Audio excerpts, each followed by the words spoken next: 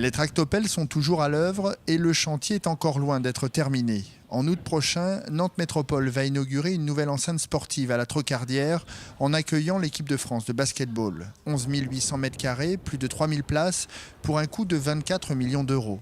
Pourtant, à 4 mois de son ouverture, cette nouvelle structure ne sait toujours pas quel club elle va accueillir la saison prochaine. Ce qui est prévu, c'est qu'on joue à la Trocardière, donc voilà, je ne vois pas pourquoi on jouerait ailleurs. Il faut bien maintenant qu'on ait les outils modernes de travailler et la Trocardière y répondra. Et il a toujours été prévu que les choses se déroulent comme cela et dans cet ordre-là, donc je ne vois pas pourquoi les choses changeraient aujourd'hui. Car depuis quelques semaines, la donne a changé. Le H devait intégrer cette nouvelle structure pour la saison 2015-2016, le temps que le Palais des Sports de Beaulieu se refasse une beauté. Mais ces travaux de rénovation ont été repoussés, ce qui laisse un espoir à l'Hermine et au NRB d'intégrer cette salle qui leur était initialement réservée. Peut-être qu'on y jouera. Donc ça, ouais. 1 ou 2 matchs? Non, peut-être la saison. Peut-être la saison. Bon, là, vous êtes au courant que le Palais des Sports de Beaulieu, les travaux sont ajournés, on ne sait pas de combien, de 6 mois ou d'un an. Si c'est 1 an, bah là, on a peut-être une chance d'y jouer. Donc, bon. Donc on attend la réponse de la ville de Nantes, mais là, on est mal en la main avec l'Hermine pour travailler sur ce dossier-là. Ils choisissent de s'exprimer de manière un peu désordonnée, ce qui donne cette impression de flou. Mais pour nous, en termes de méthode, il n'y a aucune difficulté. Lorsque nous aurons le planning consolidé, définitif de la rénovation du Palais des Sports de Beaulieu, nous pourrons aller voir les différents acteurs, les différents clubs, les différentes disciplines, et nous déciderons avec eux qui fera quoi et quand. Une décision qui devrait être prise dans les prochaines semaines. Il s'y était engagé, il a tenu promesse. Philippe Grosvalet a ouvert en grand les portes de l'exécutif départemental aux femmes. 8 d'entre elles obtiennent une des 15 vice-présidences, à commencer par Catherine Touchefeu, élue première vice-présidente en charge de la culture et du patrimoine. Je pense que ça change forcément les regards et les façons de fonctionner. Non pas qu'il y ait des façons plus vertueuses des unes ou des autres, mais le fait d'être ensemble dans une assemblée change les choses. Dans cette nouvelle assemblée paritaire, l'élue reuséenne Malika Tararbit n'a pas tardé à se faire une place, impatiente et fière d'occuper cette nouvelle fonction. Je vais découvrir en fait. Mais oui, effectivement, au vu des responsabilités des dossiers qu'on aura traités, oui. Et je mesure quand même la charge qui nous attend en termes de travail. Et donc là, c'est encore une autre marche, quoi. C'est plus important. Donc voilà, impatiente, oui. Ouais. Pour Gatien Meunier et le groupe Démocratie 44, la reprise est un peu moins enjouée. À peine la déception de ne pas avoir fait basculer le département passé, le chef de file de l'opposition doit faire face à un couac. Il n'a pas fait le plein de vote de son camp pour l'élection du président du Conseil. Je ne vais pas m'arrêter là. Je préfère effectivement que les branches mortes se coupent tout de suite, soient coupées tout de suite, et puis que nous puissions travailler à 27, à 28 ou à 29 ensemble. Et je maintiens, la porte reste ouverte. Un manque d'unité qui renforce d'autant la courte majorité de gauche à laquelle Philippe Grosvalet a souhaité redonner le cap à suivre. J'ai pris des engagements forts sur l'emploi, sur le vieillissement, sur les mobilités, sur la jeunesse. Et donc nous les tiendrons.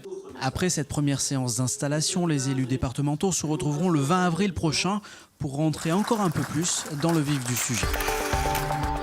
Plus de moyens humains et financiers, voilà ce qu'ont réclamé les 3000 travailleurs sociaux qui ont manifesté aujourd'hui à Nantes.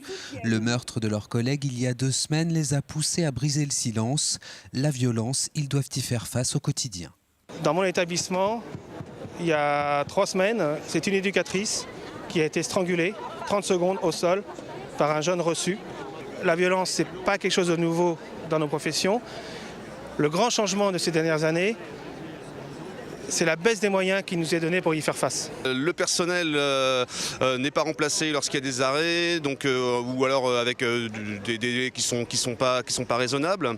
Les personnes accueillies, le public accueilli est en évolution. On a beaucoup plus de personnes qui dépendent de la psychiatrie. Après être parti de la place François II où a eu lieu le drame, le cortège a rejoint l'hôtel du département. Selon les manifestants, le conseil départemental, principal financeur de la profession, doit prendre conscience de leurs difficultés. En termes de moyens, le conseil général doit faire quelque chose pour permettre, aux salariés de ne pas venir la peur au ventre et de retrouver une certaine humanité dans sa relation éducative, de soins ou d'accompagnement. Suite à la manifestation, une délégation a été reçue par le président du conseil départemental. Une réflexion doit s'engager très prochainement pour améliorer les conditions de la profession. Cet après-midi-là, ces techniciens interviennent sur une borne qui a surchauffé à cause d'un branchement pirate à Saint-Herblain. Une tranchée dans la route, des heures de travail, des clients impactés. Les incivilités n'ont pas cessé, mais les équipes peuvent souffler un peu. Les vols de cuivre ont été divisés par 7 l'an passé. Ça nous mobilisait beaucoup d'énergie. Tous les jours, notre équipe d'astreinte qui est dédiée aux interventions d'urgence était mobilisée sur ce type d'opération.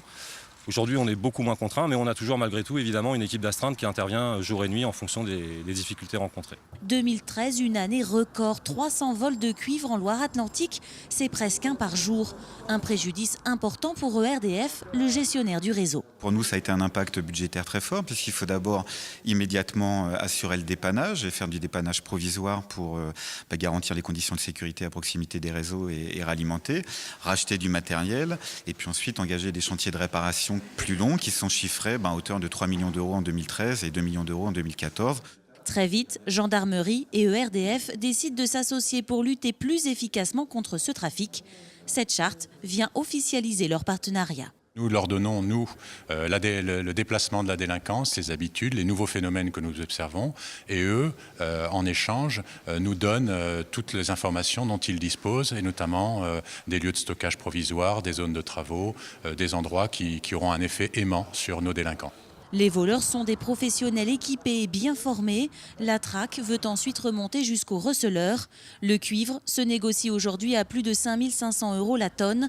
Désormais, ERDF remplace tous les câbles volés par de l'aluminium, un métal près de 4 fois moins précieux. Ils sont plus de 200 ouvriers à la tâche et pour cause, le chantier du musée est dantesque.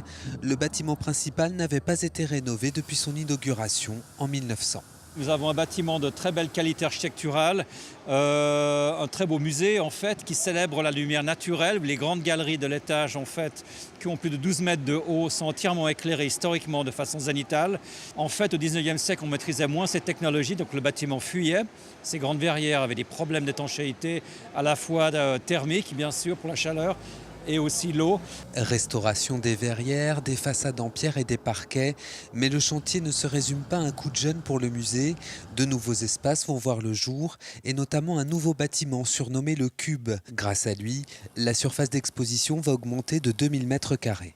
C'est extrêmement important pour les collections nantaises. Les collections nantaises étaient non seulement à l'étroit, on ne pouvait pas présenter une grande partie de la collection contemporaine, mais également n'étaient pas, j'ai envie de dire, conservées dans des conditions absolument idéales. Le musée va donc gagner en surface, mais va aussi se doter de nouveaux outils pédagogiques. Aujourd'hui, il y aura 3 ateliers qui accueilleront à la fois les classes, mais en même temps les visiteurs plus âgés qui voudront suivre des ateliers qu'on leur proposera.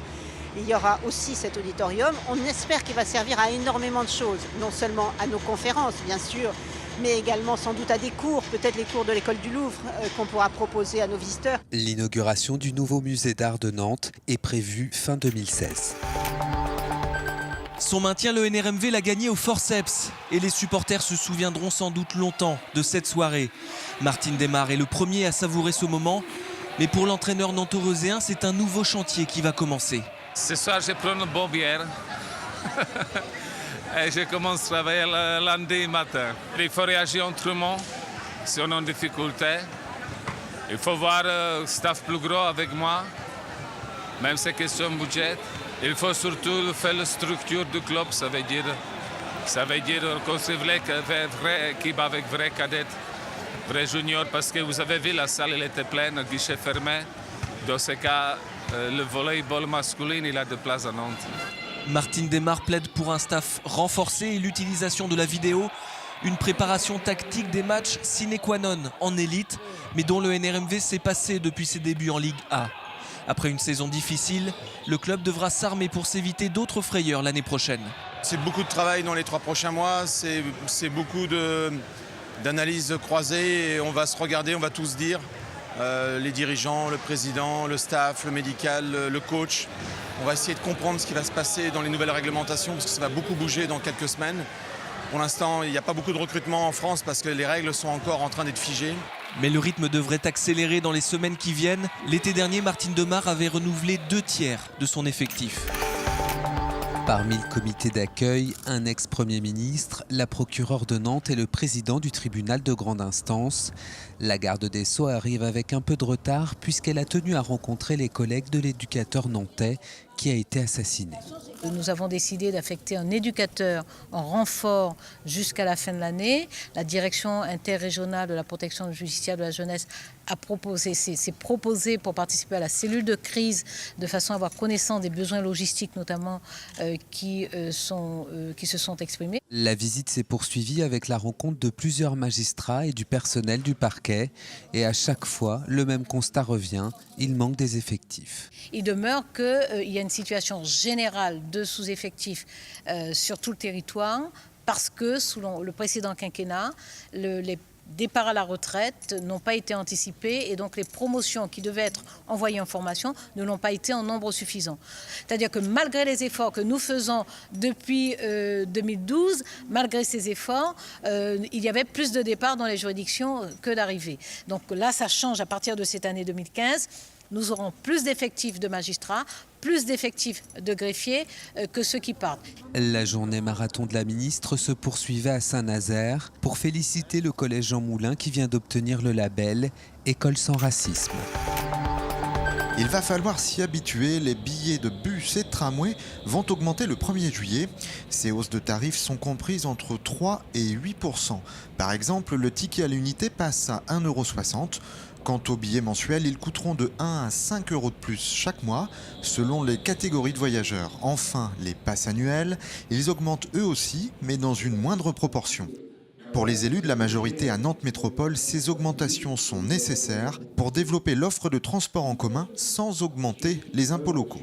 Le but du jeu, c'est d'essayer d'aller vers la fidélisation des usagers, vers des formules le plus possible sous forme d'abonnement ou pour le moins de billets mensuels, parce que ça veut dire moins de frais de collecte, moins de fraude, et puis globalement plus d'usagers. Donc vous voyez que d'un côté on fait des économies sur le fonctionnement de la Sémitan, et puis de l'autre côté davantage de gens qui vont être plus spontanément usagers des transports en commun, et c'est quand même l'objectif qu'on recherche. En revanche, l'opposition a voté contre ces nouveaux tarifs. Elle dénonce des hausses mécaniques et systématiques.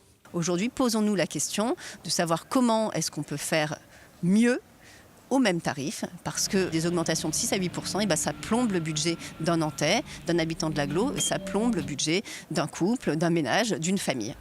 Parmi les nouvelles mesures, la gratuité sera étendue aux enfants jusqu'à 6 ans. Et puis 36 000 personnes qui perçoivent les minima sociaux continueront de voyager eux aussi gratuitement, mais plus pour longtemps. Ils pourraient mettre symboliquement la main à la poche à partir de janvier 2016.